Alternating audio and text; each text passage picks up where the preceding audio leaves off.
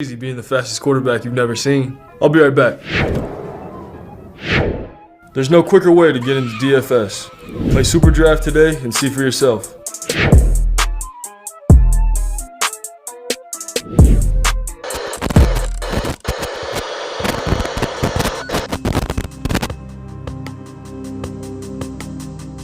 We're behind. They're all fired up.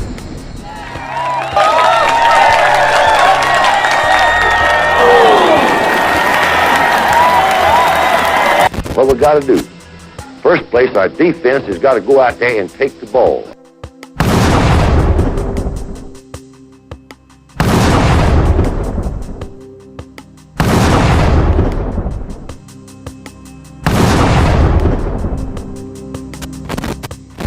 Then when we get the ball, we got to have 11 people that's going to do their job and try to score every time you get the football.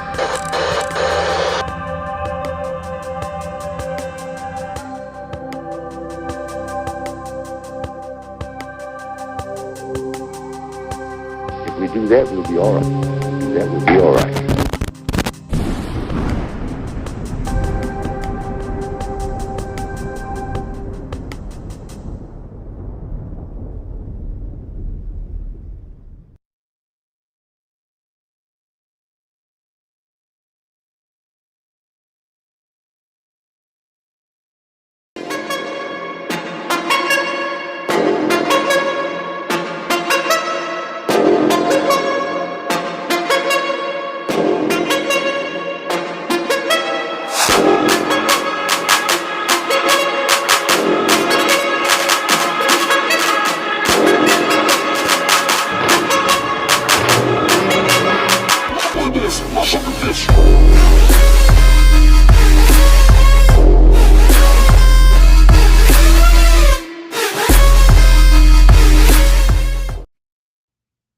Happy Wednesday, everybody. It's another episode of Football University with me, Matt Caddell, number 11, former University of Alabama wide receiver. Hope everybody had a great, wonderful, happy Thanksgiving weekend. This is another episode of the Football University. When we talk about football, we talk about everything in and out of football, and we're going to find a way to bring it back to Alabama. So roll, Tide, roll. We know the Tide had a great Iron Bowl weekend, was able to pull out the victory. We'll discuss that later. But on the Football University, we have a special guest tonight. We have Tommy Bowden coming in here to talk football. We will discuss, him being a former coach, being in the Bowden family. We would love to pick his brain and have a great interview. So this is what we do at the Football University. Please hit that like and subscribe button. Football University, let's get it started. And I love to start with what impressed me this weekend. And I love to start in the NFL. And I must say that who's impressed me the most so far this weekend, I have to give it to Jalen Hurts and the Philadelphia Eagles. And we're going to talk about MVP race when I mention Jalen Hurts. Jalen Hurts put on an absolute clinic for his Eagles this past weekend. You're looking at teams that are able to have offense, defense, special teams, and depth. If you're able to run the ball, which was Philadelphia Eagles were able to do, fly Eagles fly to all the Eagles fans out there, they were able to run the ball effectively with Jalen Hurts. He was able to utilize his legs. He could have thrown. He was able to throw the ball a couple of times. But the Philadelphia Eagles are going to be some team. I know Gardner Johnson went down, but they were able to step up. They're getting some guys back healthy. The way they play at home in Philadelphia at the Link, they are going to be tough. So I was really impressed with Jalen Hurts, and we will get in that MVP conversation. But the Eagles, man, did they do their thing. I talked about the Eagles, how they're a complete team. And you look at other teams. Let's talk about, if we're going to talk to Jalen, might as well talk Tua, baby. Tua time down in Miami. Yes, Tua. They played the Houston Texans. And Tua, starting to look like Tuscaloosa Tua. He played the game so effectively and was scoring versus Houston Texans. He didn't even play the second half. That reminds you of Tua being in Tuscaloosa. He was so effective with the offense, with Sarkisian calling these plays, Mike Loxley, all those guys. Some games we were putting up 40, 50 points. Tua didn't even play the second half. So listen, Tua, Jalen, those guys are playing at an elite level. But man, kudos to Tua. Mike McDaniel, I always talk about the wizardry that he has offensively. I think you have to be able to be creative, play to Tua's strengths, which is accuracy, ball placement, timing, RPOs, quick games. Just he's very manipulative. So Mike McDaniels, shout out to Mike McDaniels, and we're going to get into coaching because I know a lot of fans are interested. Roll Tide, roll to all the fans out there. RTR. Somebody, A. Howell says Jalen Hurts deserves all the good coming his way, and I agree. Jalen Hurts has, to me, Jalen Hurts, his rookie year. He was able to be effective, took his team to the playoffs, but he was still not where he is this year. And one thing about Jalen, he's resilient. He's a fighter. He's going to do what he can to improve, and that proved himself. And he is really taking the step with his down the field accuracy. I mean, he's throwing guys open now. He's not waiting for them to come open. So Tua's doing the magnificent thing in Miami Dolphins, and I love what Mike McDaniel's play calling and bringing it back to bring Bill O'Brien. We need you to be creative, like get creative with Bryce Young. And you did open that up, to your credit, Bill O'Brien. You did do that versus Iron Bowl in the Iron Bowl, and we will discuss that. So, yes, somebody says, seems like guys develop more once they left Bama. Hope that happens for Bryce Young. Yeah, and since we're talking about Tua, I mean, you're seeing a lot of clips about Tua and Mike McDaniel. How one thing I like about Mike McDaniel, and we're talking about this as coaches, having Tommy Bowden coming on the show, how you have to be able to instill confidence into players, especially at the pro level. You have Mike McDaniels. I mean, I saw where Tua questioned himself to see if he was even able to compete at an elite level. And when Mike McDaniel came in there, he infused a lot of motivation, a lot of positivity, and looked at the things that he could do well, as opposed to the previous regime with Brian Flores. So coaches, if you're going to be a coach, hey, bring the best out of your talent and develop and play to your players' strengths, like a Mike McDaniel. So kudos to Mike McDaniel. I call him the wizard. I mean, that guy's just spot on. So, yes, shout out to the Bama Standard out here. But yes, so we talked about the Eagles. We talked about Jalen. We talked about the Miami Dolphins. Talked about Tua. Let's talk about another team. And you're going to see a constant theme about all-around complete teams. And we bring it back to Alabama, none other than the San Francisco 49ers, led by the number one defense in the NFL, who led by DeMeco Ryans, former product of Bessemer, Alabama, just Lanier High School, former teammate of mine, guy's intellectual defense. I would love DeMeco to come back to Alabama. Please, DeMeco, come back to Alabama. But you look at him playing their defense. He's got a Fred Warner. I mean, they completely had another shutout of the New Orleans Saints. And the New Orleans Saints, yes, they have Andy Dalton at the quarterback hand, but they have an Alvin Kamara, and they usually come prepared to play when they play the San Francisco 49ers. But, hey, DeMeco had that defense dialed up. I mean, making plays. Hufanga,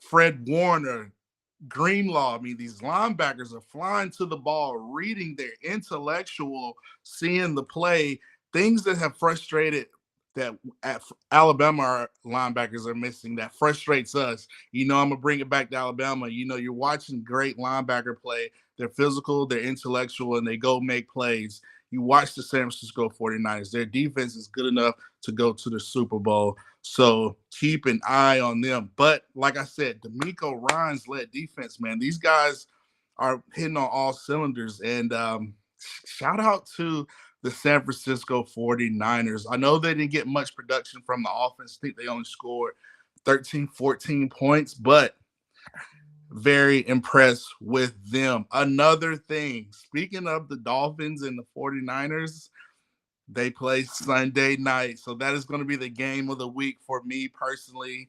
Tua, Mike McDaniels coming from that Kyle Shanahan tree. D'Amico Ryans, Tua, the Alabama connection, top D coordinator, one of the top offenses, MVP type candidate offense going against Tyreek Hill, Jalen Waddle, Raheem Mostert. Oh my goodness, I cannot wait. I will be glued to the tube. And that's going to be a classic game. I'm not going to give you my pick of who I think is going to win, but it's going to be a great game. So roll tide, roll to Bama Nation. Somebody said, I think if they offered D'Amico a blank check in the position of coach and waiting, I believe he comes too. Not only D'Amico, I mean, my dream list, bringing it back to Alabama, my dream list would be to have, it's Christmas season. If I had a wish Christmas list, I'll write the Santa Claus out there. I say D'Amico Ryans, defensive coordinator, be the head coach in waiting. That way he can come to Tuscaloosa. He can learn under Saban. Saban can he's a Bama guy. He knows it. He's going to have that defense rocking and rolling. Then Saban's got his head coach. And then have D'Amico bring somebody like a pass game coordinator from the 49ers, Shanahan tree. Shanahan knows how to use his weapons. I mean, you look at a Debo Samuels, you look at Alabama's roster, you think of a Kendrick Law, you think of a Christian McCaffrey, you think of a Roy Dell or a downhill running with Jace McClellan. You think kind of having that parity. So I would love for that to happen, or we can get a Garrett Riley to be the offensive coordinator. But we need to get somebody that is creative minded, like a Kyle Shanahan, anybody from Mike McDaniel's coaching staff, a Joe Brady from the Buffalo Bills. I think those are guys we kind of need to do to sauce it up. So we talked about the Eagles. We talked about the Dolphins. We talked about the 49ers. Let's see. We got Nick Saban Jr. Glad you're in here. Let's get to Nick Saban Jr. Roll Tide. Nick Saban Jr. said, what was your take on the Browns beating the Bucks, and what can Alabama use from that game? I mean, the Browns beating the Bucks. What I was very impressed with when it comes to the Browns versus the Bucks, defensive. Well, I say the lack of offensive production from Tom Brady. On the road, you thinking the Bucks, the Browns, Jacoby Brissett. I thought Tampa Bay would win that game, but I think they only scored maybe 13, 16 points. They weren't able to pull off the victory. But kudos to Jacoby Brissett and the Cleveland Browns. I mean, Nick Chubb had some, but Jacoby Brissett made plays. He was effective. And another thing, he's got Amari Cooper on the side. I mean, this guy's a legend. I think he had a touchdown pass. He was able to make effective plays. I saw even Julio have a big play with Tom Brady, but just to bring it back to Alabama. But to me, what can Alabama learn from that? You got to be able to run the ball, and be able to do play action, mix it up and make the plays that need to be plays. Kudos to Jacoby Brissett. When they got in the red zone, they made plays. Roll Tide roll. Let's see. We got some Eagles fans in here. They say, what do my Eagles need to do in order to beat the Titans this weekend? Wow. I'm glad you mentioned the Titans. I was quite disappointed in the Tennessee Titans, and I must say I was surprised. Listen, Joe Burrow and the Cincinnati Bengals, man, they're kind of on a winning streak. I mean, Samaje Perine, they played without Mixon.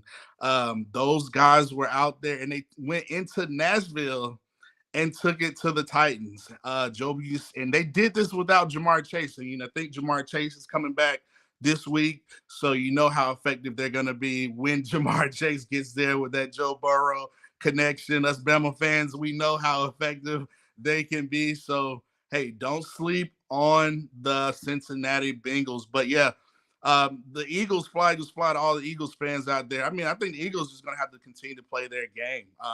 Be physical up front. I mean, they have the number one offensive line. Kelsey, Landon Dickerson. They're able to run it. They're able to run it with Jalen. Nick Sirianni's leadership. He keeps the game plan simple, but aggressive when they get down. And they let Jalen make the plays. And they have a lot of creative options within each play. A lot of window dressing. A lot of options. A lot of reads where Jason Jalen can either throw it, run it. You just watch breaking down film. I'm just fascinated by what the Eagles. So I think important for the Eagles, defensively they're rolling. I think they're getting some guys back healthy up front in the front seven, Jordan Davis, those type of guys. So I think the Eagles, if they play their game, they'll have to be physical versus Derrick Henry. Mike Vrabel, he has an identity of being physical, so they're going to want to come back and be physical. And it's going to be a good game. We got some great games. I mentioned the 49ers-Dolphins game. You got the Titans-Eagles. It's going to be impressive. RTR, all the fans out there, all the Eagles fans. So we talked about the Eagles. We talked about the Niners. We talked about the Dolphins. I want to talk about another team. I want to stay in the NFC East. Like, listen, that division is on a roll. And left hand up, the Commanders, baby. Like, listen, Brian Robinson put on an absolute clinic Sunday versus the Atlanta Falcons. I know my wife's a big Falcons fan. All the Falcons fans out there, y'all have played good. I mean, defensively, y'all do it. But kudos to Brian Robinson. The Washington Commanders, I mean, they had the black unis. It was really cool. But Brian Robinson put on an absolute clinic in the rain. His physicality running downhill, bringing it back to Alabama. That's what Alabama needs to do more. Run it downhill. Feed it to McClellan. Feed it to Roydell Williams. Feed it to Jamari Miller. Feed it to all those guys. Like, let's run the ball effectively. And hey, Atlanta has a pretty good defense. Rashaan Evans, he plays in the middle. Grady Jarrett.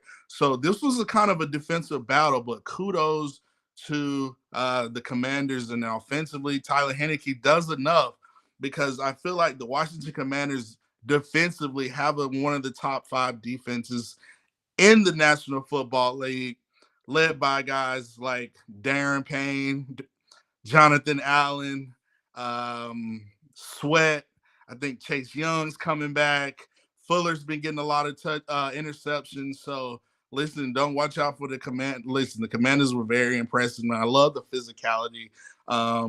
Just to see a Brian Robertson, we all know the story, but you're talking about resiliency, hunger. He had the big hat. I thought that was so cool. So that's kind of like the new trend going on in Washington. But man, shout out to the Commanders. Oh, let's get to the fans. They said B-Rob is doing it in Washington. Oh, yes, he is. B-Rob is the man out there in Washington. Let's see. Oh, yeah, like and subscribe. And listen, tell your friends about Football University. This is the best football class to be at. Football University with these awesome fans of Matt Caddell talking football. That's what we do. They said, Bama Center said, Josh Jacobs. Man, we can give a whole segment about the absolute clinic Josh Jacobs and the Las Vegas Raiders put on. Going into Seattle, playing a Geno Smith-led Seattle Seahawks. I mean, these guys are rolling. Kenneth Walker at the running back position, playing in Seattle with the 12th man everywhere. It gets loud, crazy, divisional game. And as you can see, Mike McDaniels, not Mike McDaniels, Josh McDaniels, the head coach. He has the man, Josh Jacobs, in his backfield. And to bring it back to Alabama, I love how Mike McDaniels saw early how Josh Jacobs was running, and he was like, he's on fire. I'm going to keep feeding him and getting him touches in so many different creative ways. I mean, I know everybody want to talk about the walk-off touchdown he had, the icing in overtime in Seattle. I mean, for a division win, I mean, you cannot have a walk-off 80-yard touchdown right up the gut. You make the safety miss. It was just a Rembrandt. It was beautiful. But yeah, Josh Jacobs putting on an absolute clinic. But yeah, bring it back at Alabama. We have to be able to run the ball and to run the ball inside and feed the guys that's hot. I mean, we're able to feed in the Iron Bowl, able to feed McClellan and all these guys. So we'll talk, ladies and gentlemen. I told you we have Tommy Bowden coming and joining us. He is joining us on the show. Ladies and gentlemen, please welcome Mr. Coach Bowden. Coach, welcome to Football University. How are you? Thanks, Matt. Good evening. Thanks for having me. Man, this is like a blast from the past. I mean, I've got recruiting letters when you had Dabo Swinney as your receivers coach and Coach Burns as your running backs coach. Man, I mean, this is we such still didn't get you. We had those two guys. We still couldn't get you. Listen, I considered it a lot. Listen, y'all did so much. I mean, I was always considered of Clemson. You know, Dabo's left Bama to go to Clemson, and I had such a tight relationship with Dabo, and you had Coach Burns, who eventually ended up coming to Alabama. But yeah, it's so great to see you, Coach. I mean, this is just like I'm talking with coaching lore with you. So first of all, Coach, thanks for coming to Football University. Did you have a good Thanksgiving? Did you have a good holidays? I had some of my family in, and then to go mother over in Tallahassee, spent a little time with her. I've got 2 children and 4 grandsons, so got to spend some time with them and a lot. Wow, that is awesome. Well, I'm glad you had a good Thanksgiving. I tried not to eat too much. I mean, it was just so much good turkey, and I don't want to get off. But Coach, we're at Football University. We're talking football.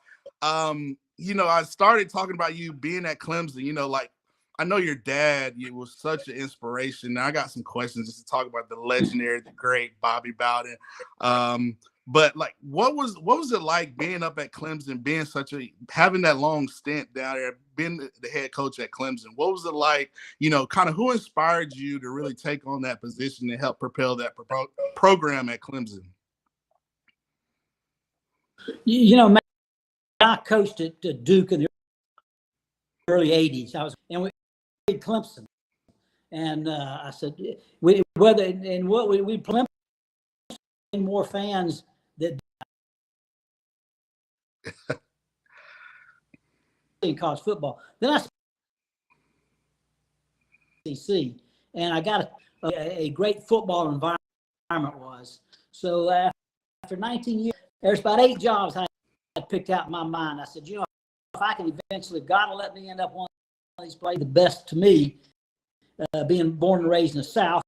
And I had it down to Alabama, Auburn, that particular time, Florida, Georgia, Tennessee. I thought those 3 would have a chance. And then North Carolina, because being up in that area at Duke, North Carolina is kind of a good football state. And if they wanted them in that state, they could get them. Back to 10-win seasons back to back. So Clemson was on my short list of 8 teams, and I was up there. Wow. Now I'm thinking of Clemson, and did you run down the rock like Dabo does? Because I know Dabo's famous for running a 4.2 down that hill. Did you ever do that at Howard? No, I've got had 2 scopes at Alabama, but I don't have any cartilage in my left knee, so I had to get off to the walk down, without and bracing on one good knee, got one bad knee, but so done. I'd run down one time, and that would have been it. That is awesome. Ladies and gentlemen, we're again here with the legend Tommy Bowden. And I mentioned your dad, and for me growing up, I was just such a football fanatic. I mean, I was watching just growing up, I would just record VHS tapes of games that would come on. I still have them in my parents' house, but just a fan of college football. But when it comes to Florida State and your dad, I used to always want to go to Florida State. And Peter Warrick was the guy for me. I was like so amazed by him. When you think about your dad and you think about all those great Florida State teams, is there one player that really stuck out for you that was like, wow, like a Peter Warrick did for me there at Florida State? Matt, and this might be before your time. About his second year at Florida State, he went up to South Georgia, Warner Robins, and signed a great nose guard named Ron, that name, but All-American as a freshman. And really, he would, if there was one place initially get that program turned around, it was probably a nose guard named Ron Simmons. Went to be a great professional wrestler. Wow. I don't know, WWF Dion would be a guy that just could do so many things. Then the fact that they track at Florida State, football, brought a lot of recruiting with multi-sport athletes coming out of high school. So probably those two guys. You can trophy winners, Lombardi winners. He's had so many great athletes there. A couple, but that would be two that would jump off the page pretty quick. Wow, that is awesome, man. Speaking about your dad, I said I wanted to go to Florida State. I didn't get the big offer like I wanted to, but it was all good. I got it for academics, but I wanted it for football just to say, Bobby Bowden, offered me. But I got it from his son, Tommy Bowden, at Clemson. So I'm grateful for that offer. Got a question in the comments. Like, speaking of your dad, what are some lessons and tips that you learned from your father, Bobby Bowden? There'd be a couple. I can remember him taking me to the airport from our first coach in the secondary in East Carolina.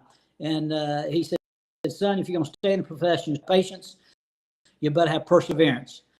And those things, I think, really helped me from the profession. I think from a staff management standpoint, there's two probably major micromanager as a head coach, or you can be a delegator. And I thought he did an excellent job. But then for a couple of years as a young coach, watching him give qualified coaches responsibility, then let them coach, give them a general direction. So I think that kind of large management style, handling staff, and then handling with the media. He was always good with the media.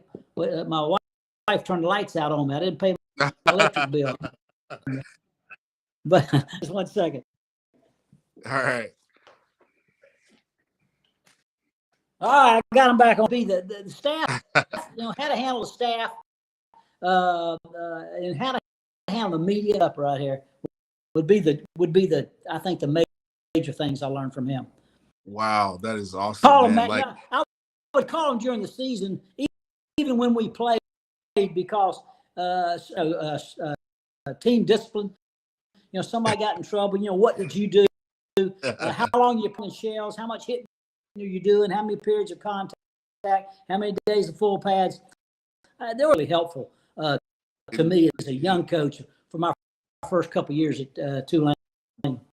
Wow, that is awesome. So I got to ask about your brother Terry, because when I was a young kid at McAdory, I went to McAdory High School, so home of Bo Jackson. I think Bo just celebrated a birthday, but growing up at McAdory, you have a lot of Auburn fans, you have a lot of Alabama fans, but I remember back then, 4th grade, when Terry was the coach at Auburn, and then just to see him coaching now, he coached at Alabama. I mean, how he's still coaching. I'm surprised you're not out there helping him. He had called you to come call the defense or anything? Yeah. My father, Joe Paterno, coached. He was 83. I never had that desire. And okay, Terry's 67, and he'll probably, I imagine, if he could, coach into his right now in his, I think, early 70s. So he would probably do that. I had no desire to do that. There's other things I enjoy doing. I went full tilt, 100 miles an hour coaching it, because it demands that. Yes. But once I got out, I said and I waited a couple of years. Athletic directors, talked to some presidents about some jobs. One of them in the SEC, one in the Big 12, non-Power Fives, and I said, "Nah, I think I'm ready to go another direction." Wow, that is awesome, man. Well, if I ever become a high school coach and I need you, Coach Bowden, I'm definitely going to extend the call. I'll come for a week. Okay, perfect. I'm going to hold you to it, Coach Bowden. I'm going to hold you to it. Speaking of coaching and that era, everything's was so different. And, now this year's like the first year of the NIL. We've had the transfer portals, kind of a big deal. What are your thoughts being a former coach? What are you hearing? What are your thoughts, Abe, about the sports of college football with the NIL and transfer portal? And what are you hearing from some of the coaches that are, maybe a Coach Saban or a Dabo, or, is it some frustrating parts, or or is it just a constant thing that's moving? You know, I just want to get your thoughts on those You know, situations. a couple of things. Number one, just talking about NIL, maybe more so the transfer portal. Recruiting before you start a guy, maybe 9th grade, 10th grade, you recruit him really full tilt, you know, the best you could. Social media wasn't as big back then, but when they signed back then, the first signing date, I mean, it's a big sigh of release. I mean, I got him. I got a man. I just kind of break him into college life. But that's changed now. You have to recruit him every day, freshman year, sophomore year, junior year, because of the transfer portal. So that's made it more difficult. It's kind of out of the coach's hands. It's delegated to somebody else, athletic department. But those two things, and I think how you will see it affect college coaching. Coaches at 54, 55, 53, 56 get out of coaching. Maybe NFL because the money right now is really, really good as head coach. You know, just about half the schools of the 120, you make about 60 of them. You're gonna make coaches now can accumulate some wealth, and I think you'll see a lot more of them getting out 56 as opposed to the necessity to stay in for financial reasons. So that's the effect that the transfer portal NIL is going to have on the coaching profession to the NFL.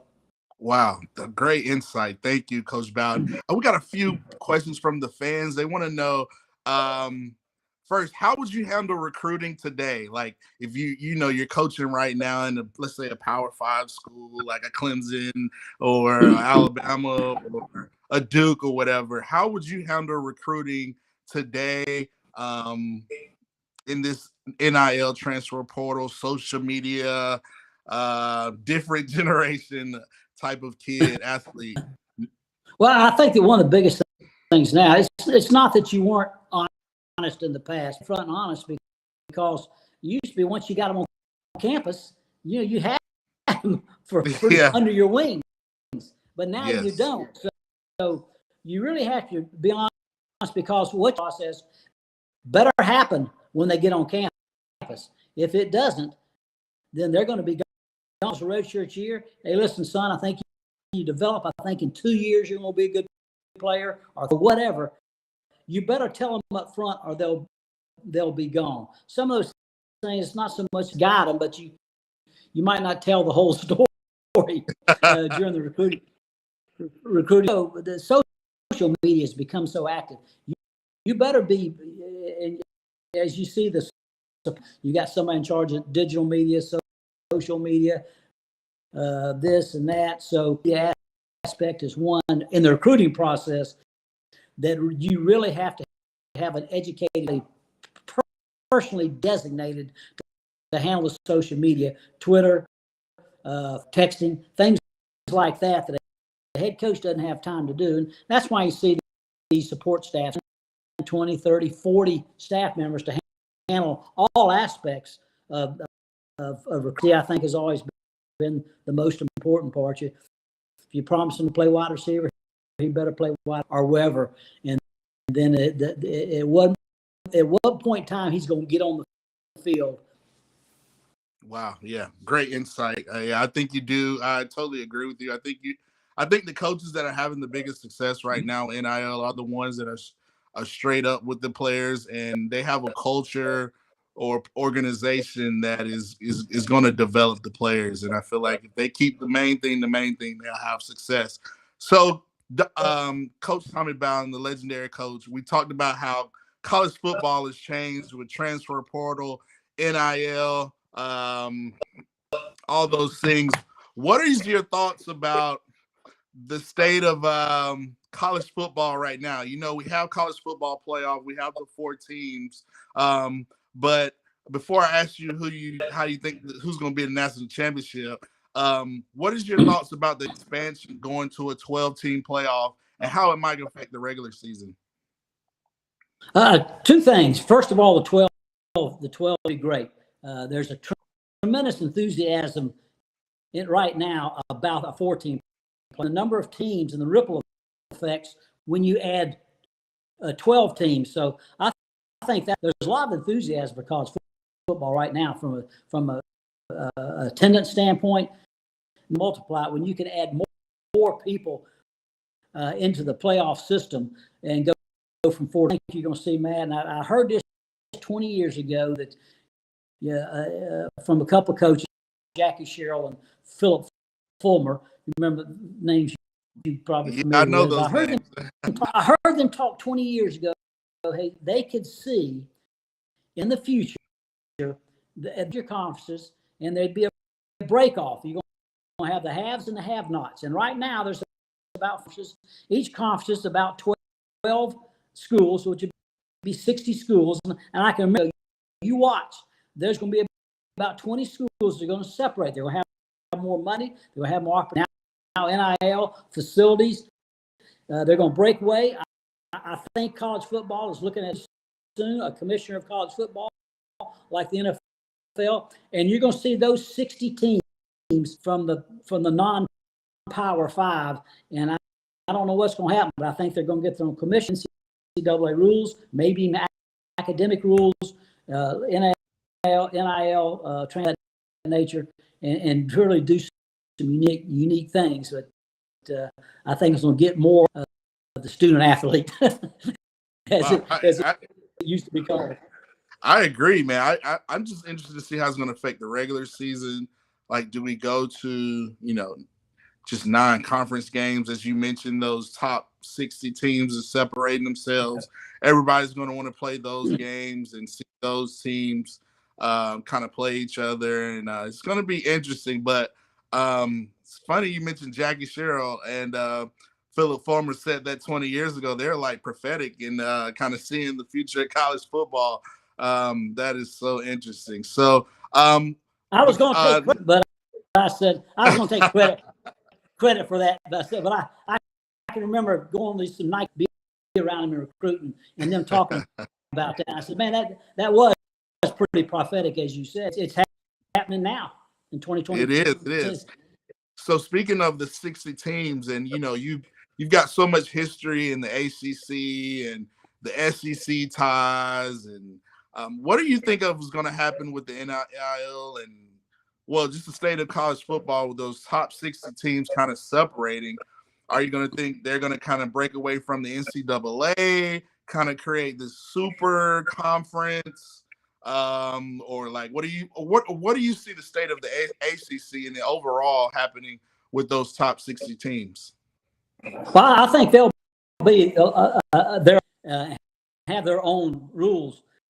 And when you say the NIL, I could come with a commissioner having a cap on the amount, and then I think you can enter the transfer portal and you can leave maybe twice a year, once at a certain time in the spring, one time right after the season, and then that's it. You got 2 times to go. That's it. We're going to open it up, amen. But there's going to have to be some kind of structure.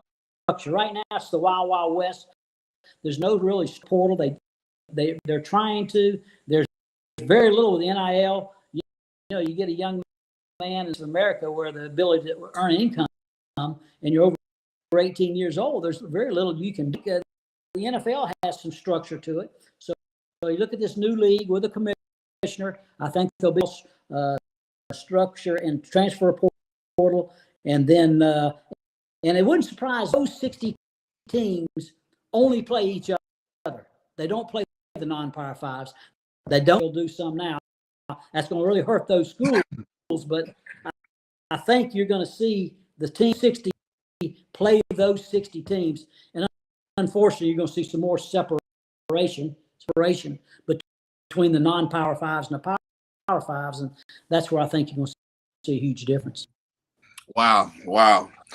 Well, I know your wife cut the lights off earlier, so I don't know if that was a sign that she go to bed or not. I got to do dishes. So we got to do dishes. You got to do the dishes. Well, before you get to the dishes, we got a few more questions. I mean, we're on with the legend, Tommy Bowden. I mean, I could talk to you all day, but I don't want to hold you up too long. We got a few more questions. Thanks for answering the questions you have. But who do you think is going to be in how do you think this year's playoff is going to play out once the Final Four is in there. Who do you have are your top two teams that is probably make it to the national championship?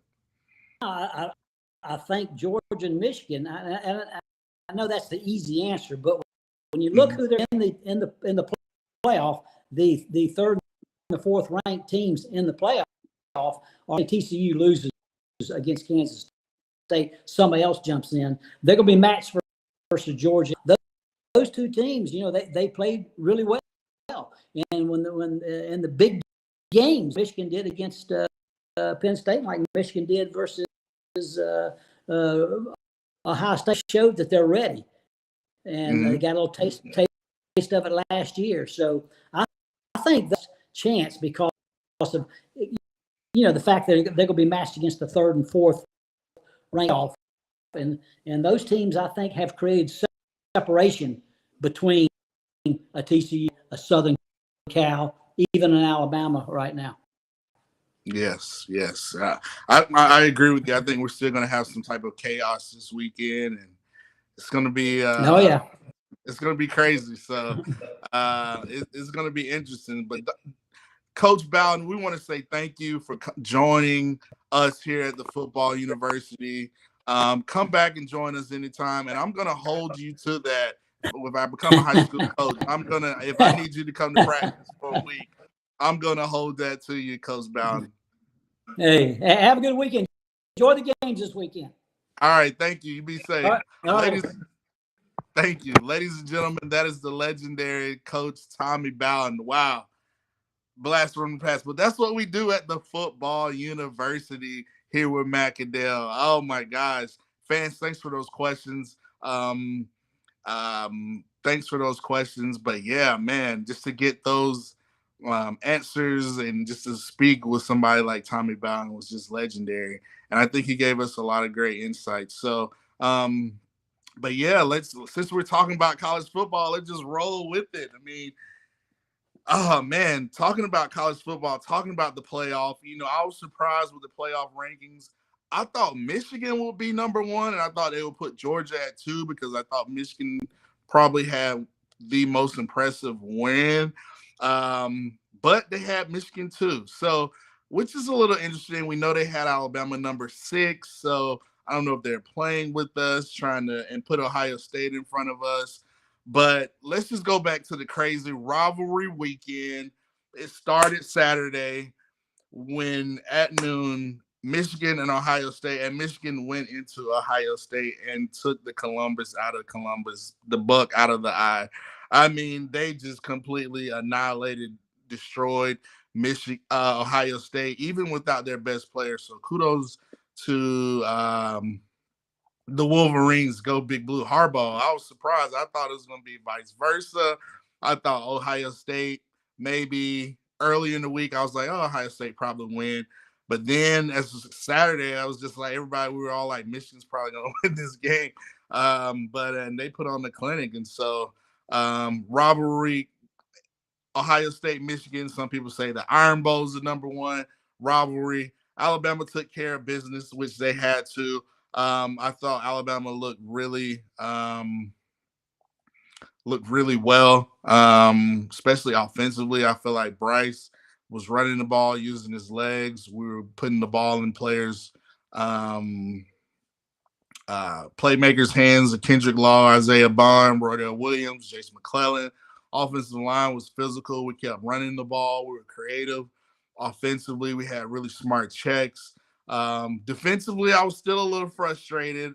I'm not trying to be negative, but still, watching the D'Amico Ryans defense and all these teams that are separating themselves on the NFL level, and then you look at a Pete Golden and they're like, what are you doing? What are you calling? This is not making sense. So outside of that, it was a chaotic weekend. We know LSU lost to Texas A&M, which for me it was a win-win for Bama fans.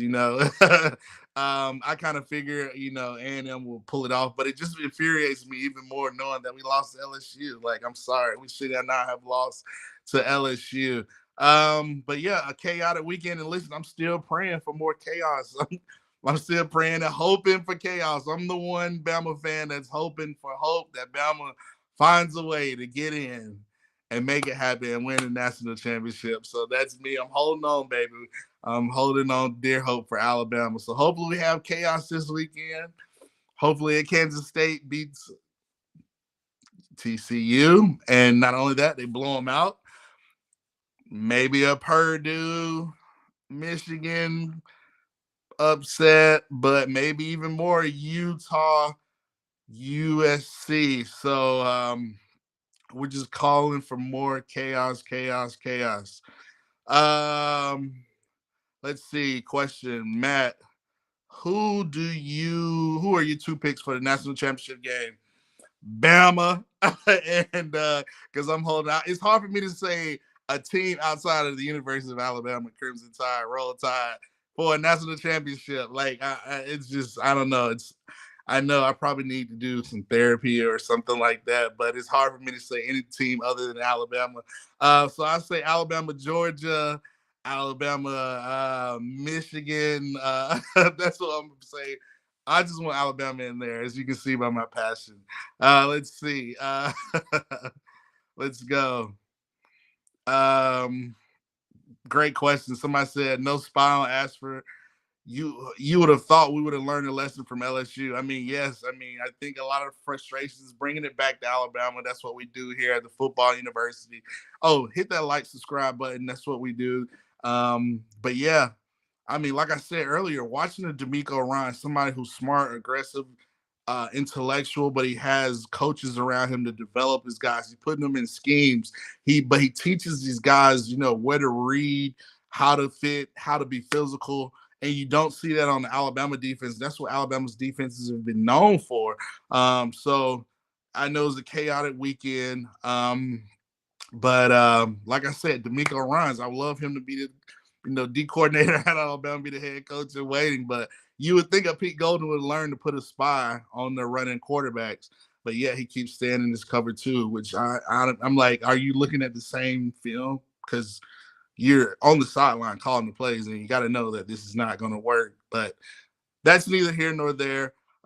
Speaking of coaches, a lot of coaching change. Speaking of the Iron Bowl, I mean, Cadillac had those guys ready, and me personally, I thought I was pulling for Cadillac for the Auburn job. I thought that was what Auburn needs, is an Auburn guy, and no other better coach than Cadillac Williams. And I thought that would make them dangerous, and you could see how they played in the Iron Bowl. I mean, Robbie Ashford looked like a totally different quarterback. I mean, yet he was going against Pete Golden's defense, and for some odd reason, Pete Golden has this way of making quarterbacks look like Heisman contenders because of his defensive play calling. But we're gonna keep moving. You see, I'm frustrated. But yeah, you can see the improvement from Cadillac that had past 3 games. Those guys, he had his guys ready emotionally. They had some plays, penalties and stuff like that. But I was putting for Cadillac, but Auburn, they hired Hugh Freeze, whatever you want to say, all the jokes, the memes, whatever. But at the end of the day, we all know Hugh Freeze, his record versus Coach Saban. So, I actually think that's a good thing for Alabama, i.e. Coach Saban. Now he's got to really be like, man, I got to really get somebody, my offensive coordinator really got to be that guy. Like, I got to get somebody who's creative, and I got all this talent. I'm bringing in the number 1 class. I need somebody that can be creative, have a young mind, and know my personnel and playmakers. And we got to make plays, because having a Hugh Freeze at Auburn, Hugh Freeze maximizes his talent. He might not get all the top players, but, he have those guys ready to play on the offensive side of the ball. And so I think at the end of the day, it's a good thing that Hugh Freeze kind of went to Auburn for Alabama, because now Coach Saban's really got to, change some things up and really get an offensive coach in there, like a Garrett Rowley or somebody like a Joe Brady, or somebody from the Mike McDaniels tree, or Kyle Shanahan tree. Maybe a D'Amico Ryans could bring it in, somebody that can sauce it up, kind of get creative offensively. So, but yeah, another coaching news, man. What do y'all think Coach Prime's going to do? I mean, you're hearing a lot of things about Colorado, South Florida. Bama plays South Florida next year. Seeing a Dion at South Florida, that could make things interesting. I think Dion has the Cincinnati job on the table. We know Matt Rule took the job at Nebraska. Brent Keys at Georgia Tech. Let's see who else. Yeah, it's a lot of different changeovers. So, but yeah, interesting to see. Me personally, I think Dion might entertain like a Colorado or South Florida, but I I think Dion might see Dion staying at JSU, but the impact he's had on the swag and changing the culture of the historically black colleges, the mindset, the psyche, the money, more attention, the sponsors. He's done such an impactful job. It's going to be interesting to see what Coach Prime does. I think Coach Prime would be great at Alabama. So, but yeah, when Coach Saban retires, yeah, if it's not D'Amico, if it's not a Kiffin, or maybe a Coach Prime would be a good opportunity. So let's go to the students here at Football University. Let's see.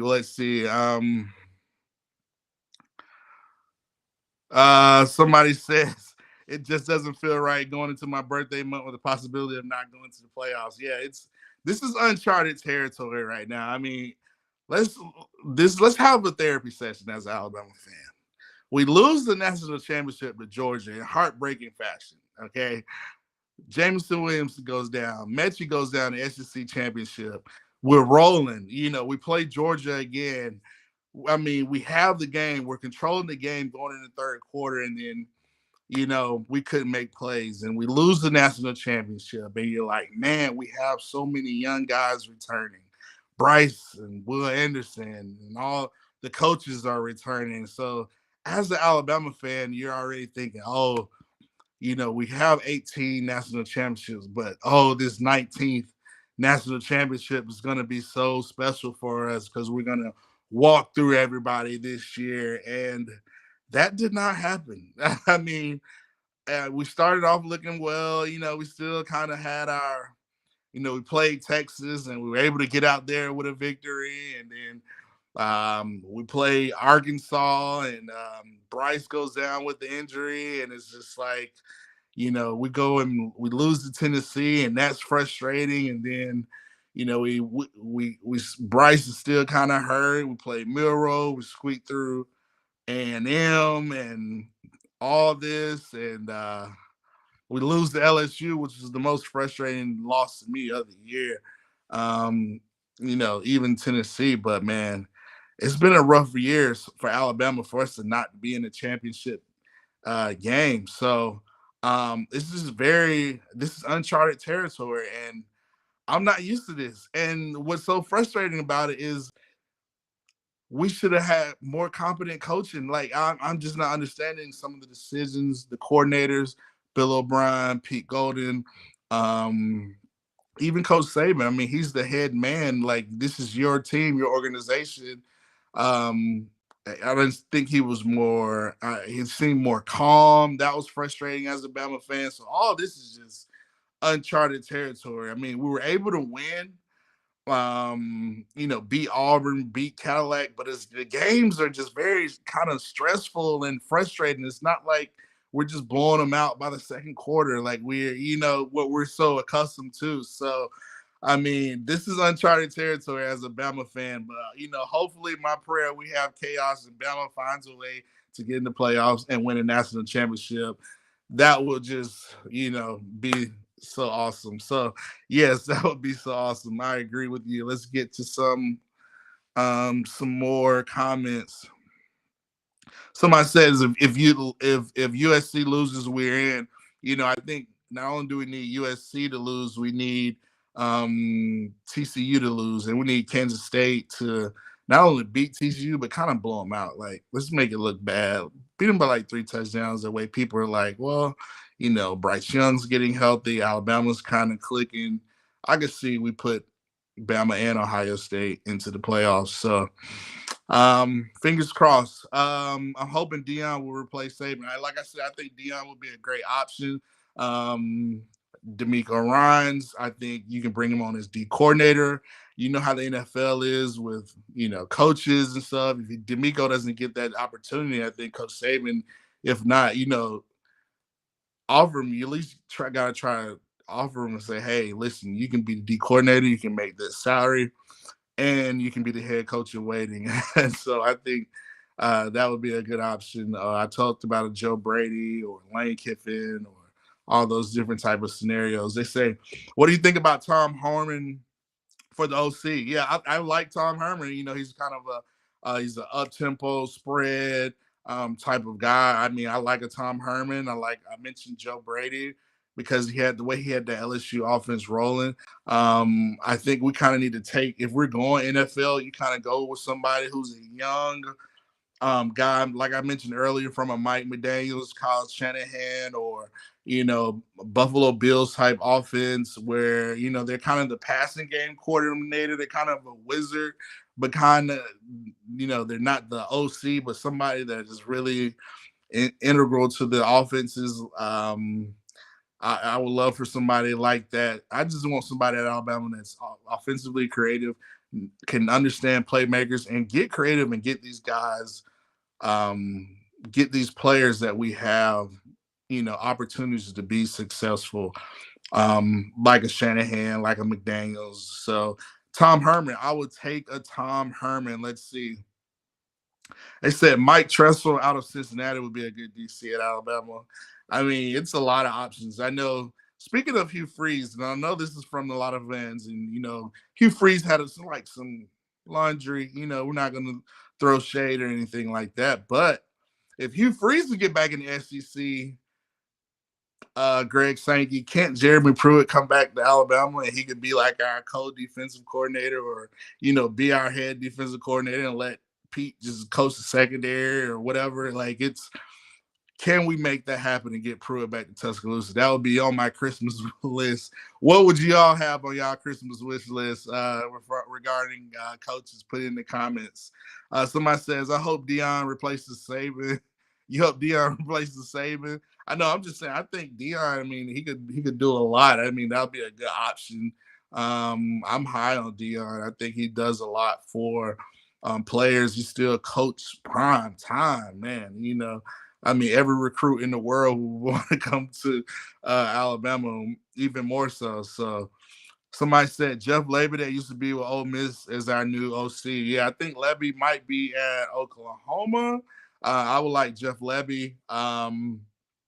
It's some coaches. I've been watching the MAC, a lot of some of the smaller conferences. Listen, there's some creative minds, some good coaches down there. Like you look at a Tulane offensive coordinator, he's pretty good. So I think it's some young guys you can look at that have a good, effective systems that you can bring in, whether it's an assistant, an OC, a quarterbacks coach, or whoever, but come in and be the offensive coordinator and get Alabama offense rolling with creative plays and utilizing the playmakers to be effective. Let's see. Somebody said Saban can't make the players make the plays. He says get a grip. Yeah, Saban can't, but he sure can. My biggest frustration with Coach Saban is we should not have two losses. I'm sorry. If Jaden Daniels, especially the LSU game, Tennessee game, you can maybe chalk it up, but there's still some coaching decisions that we should not have let happen that caused us to lose this game. At the end of the day, we need to be trying to win the game, and that's the Saban that I know. So if we can prevent a loss, we need to do that. That way, at the end of the day, we can win the game, and that helps us into the playoffs. Because if we don't lose to LSU, defensively, we know LSU's running Jaden Daniels. We did not put a quarterback spot, and that goes to coaching. That goes to scheme. We're not scheming players in the right directions and putting them in the positions to dictate to the offense and stop simple football offense. So it is what it is. So yeah, I do think you got to address it as the coaches, but as a coach being Saban, you can't be such at a COO where you got to interject. You got to make sure you fit the scheme. You make sure you mold in your culture and your players, and you have coaches that develop and bring the best out of the players. Let's see, but yeah, that is pretty interesting. Let's see, we got a few more. They say I remember that, but it was 2 games before. Replaced the Bear coach till he was 78. Yeah, coach, the Bear did coach. I mean, the Bears legend. I mean, Coach Saban's legend. But I'm just saying, Coach Saban's got to, because he's so great and we got all this talent. We should not have 2 losses if you're the GOAT. He's got to be able to win. It's not rocket science. With all the talent we have, we should be blowing teams out. And I feel like our coordinators have not put us in the best situation. I think Coach Saban's got to address that for us to get back to being dominant. Let's go back to the NFL. Let's go back to the NFL before I got back going to Coach Bowden. And I know we talked about the Niners, the Eagles, the Raiders, Josh Jacobs putting on the Clemson, the Commanders. I kind of want to just talk about the MVP race, and I kind of touched on it. I still think it's Mahomes is kind of the guy, but I think Jalen Hurts, Tua are kind of like tied for second, in my opinion. I think somebody who's kind of skyrocketed up into the conversation, maybe like up there. I think Josh Allen is there, but he's kind of like he's like number 4 to me. He's behind Jalen and Tua and Mahomes. And I think I could put next to a Josh Allen, you can put a Lamar or you can put a Joe Burrow right there. But yeah, speaking of the NFL, the Raiders, they ran the ball. Bill O'Brien got to be able to run the ball. And defensively, we got to be effective. So, like I said, football. That's what we do here at Football University. Yeah, replace our OC in DC, not Saban. He's the reason Bama has 6 national. Yeah, I agree. Yeah, we're not talking about getting rid of Saban. We're talking about hypothetically, coaches who might, once Saban retires, who could possibly be the next head coach, and what Saban can do to address right now needs for Alabama to get back on winning the national championship. So we're kind of going to wind it down. But yeah, let's hope for chaos this weekend. Again, thanks for having Tommy Bowden onto the show. Again, thanks to you, the students, the fans. I like the students because we're here at Football University. All the comments. I mean, it was just an amazing show. I hope all of you had a happy Thanksgiving weekend. And you're having a great week this week. Have a great weekend. Hopefully we get chaos this weekend. Hopefully Bama can find a way to slip into the playoffs. But either way, we'll make it happen. Roll Tide, roll regardless. And watch football. Enjoy football. Let's get ready to talk about it next week here on Football University. Enjoy. Happy Wednesday, everybody, and see you next week here with Matt Caddell at Football University.